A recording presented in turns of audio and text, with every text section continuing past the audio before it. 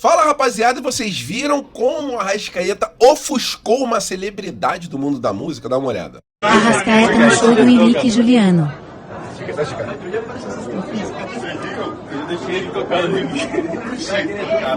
Ninguém nem conversa com os cantores. Ninguém me pediu autógrafo. Ninguém me pediu autógrafo. Beleza.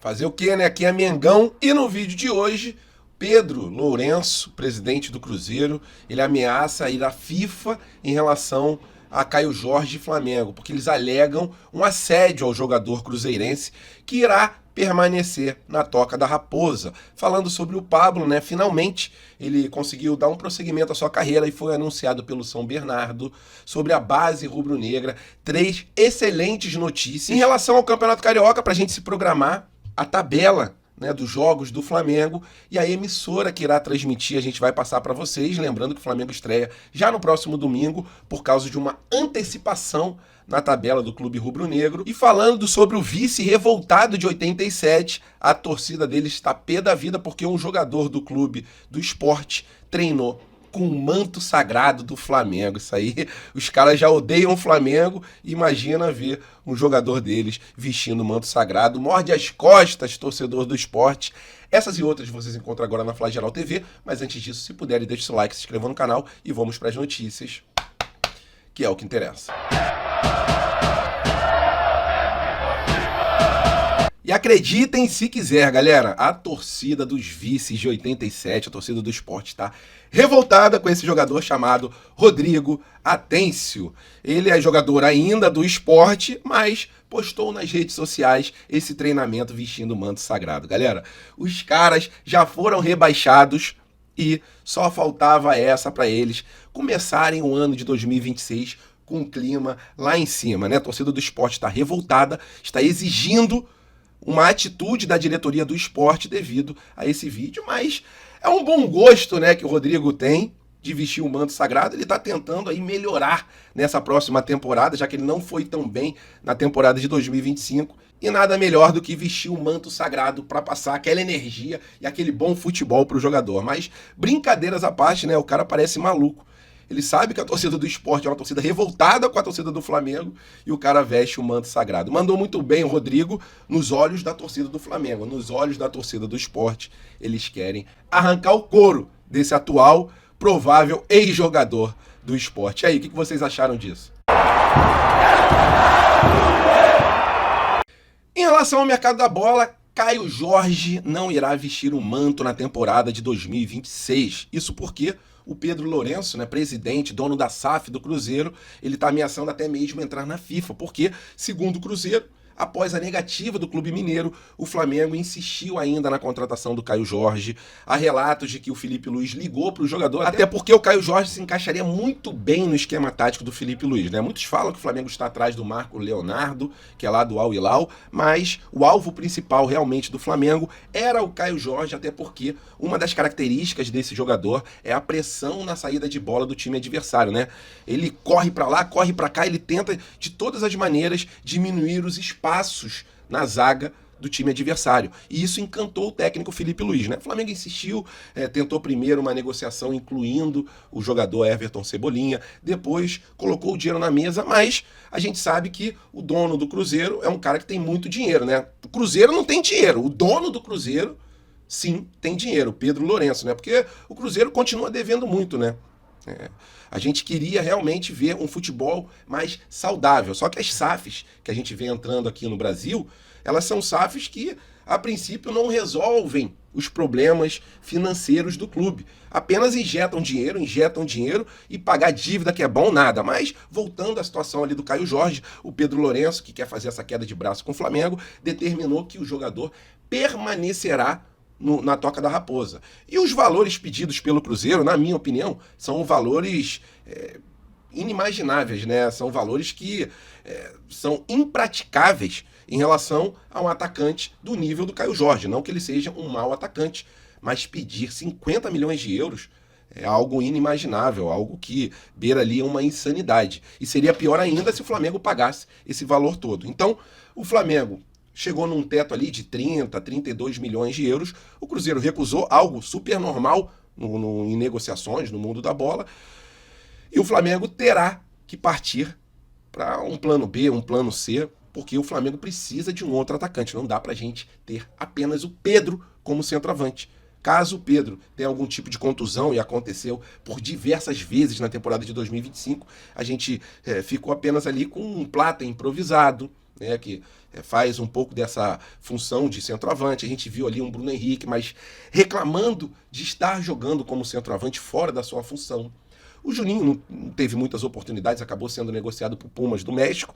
E daí por diante, né? Tem o Camargo da base rubro-negra, tinha o Pedro Leão, mas o técnico Felipe Luiz, ele enxerga que outro jogador seria de fundamental importância para essa temporada de 2026. E esse jogador era o Caio Jorge, não será mais. Vamos aguardar cenas dos próximos capítulos em relação à contratação de algum centroavante para o time rubro-negro. Qualquer atualização a gente traz para vocês. E caso o Pedro Lourenço entre na FIFA, pode entrar na FIFA, vocês podem entrar na Comebol, podem entrar no STJD, podem acionar qualquer lugar que vocês queiram, mas a verdade é a seguinte: qualquer tipo de negociação no mundo do futebol, o clube sempre consulta a staff do atleta, e dessa vez não foi diferente, né? Se a gente lembrar um tempo atrás, a situação foi muito parecida quando o Cruzeiro levou o Fabrício Bruno lá para a Toca da Raposa, né? O jogador bateu o pé, reclamou, e vocês acham que o Cruzeiro não conversou primeiro com o Fabrício Bruno? Então isso aí pra mim é choro, mas faz parte também de negociações, faz parte do mundo da bola. Essa situação dele querer acionar a FIFA não vai dar em nada. E rapaziada, uma curtinha aqui pra gente se programar pro Campeonato Carioca. Vamos dar uma olhada nas datas e também qual a emissora que irá transmitir os jogos do Flamengo no Cariocão. Vamos lá.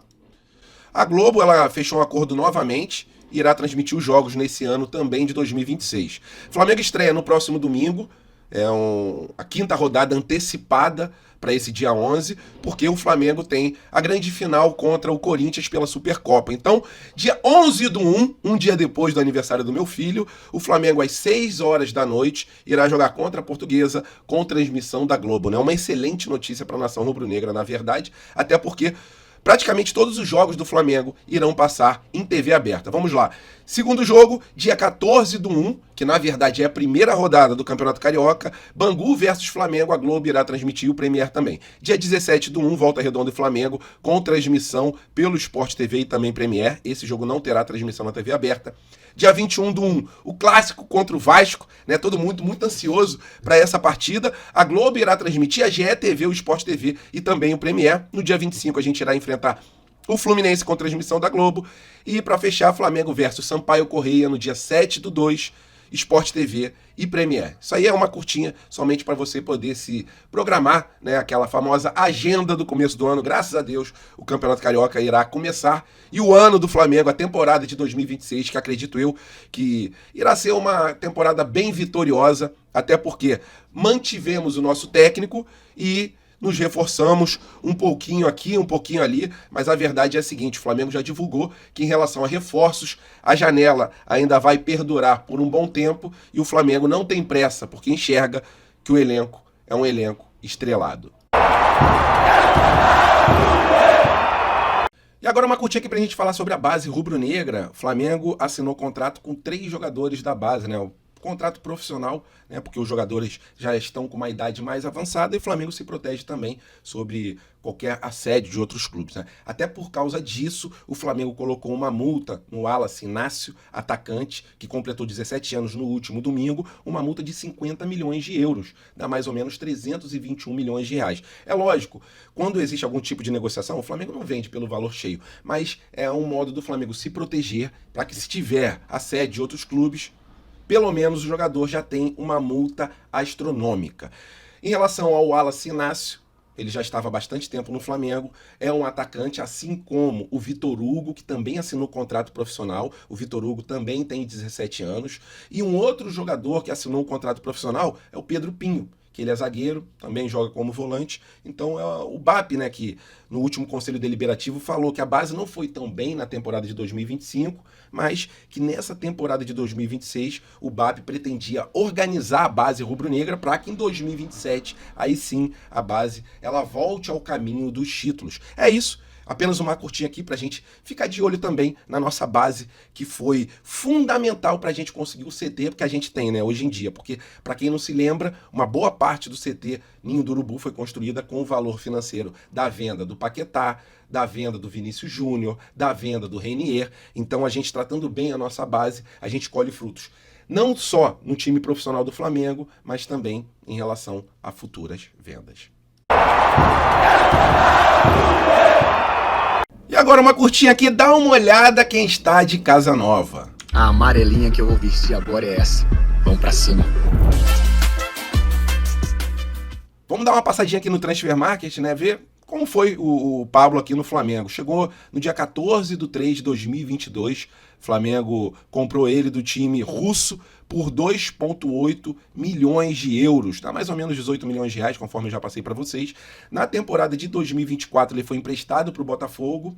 Não rendeu no Botafogo, se contundiu, voltou para o Flamengo e ficou treinando em separado até a temporada de 2026. Na verdade, ele até jogou algumas partidas do Campeonato Carioca, só que, mais uma vez, foi mal nas partidas, né? Não conseguiu mostrar segurança. Aquele jogador que a gente conheceu do Corinthians, né? Que na época do Corinthians ele era um dos melhores zagueiros do Brasil. Mas faz parte do futebol, é isso. Fim da linha pro Pablo no Flamengo. E depois de um ano treinando em separado, agora ele irá dar prosseguimento a sua carreira. Boa sorte aí ao Pablo. Infelizmente não deu certo, que dê certo lá no São Bernardo. Conseguiu uma boa grana no Flamengo, treinando em separado. Não fazia parte dos planos do Felipe Luiz, por algo óbvio, não correspondia dentro de campo. E aí, gostaram da saída do Pablo?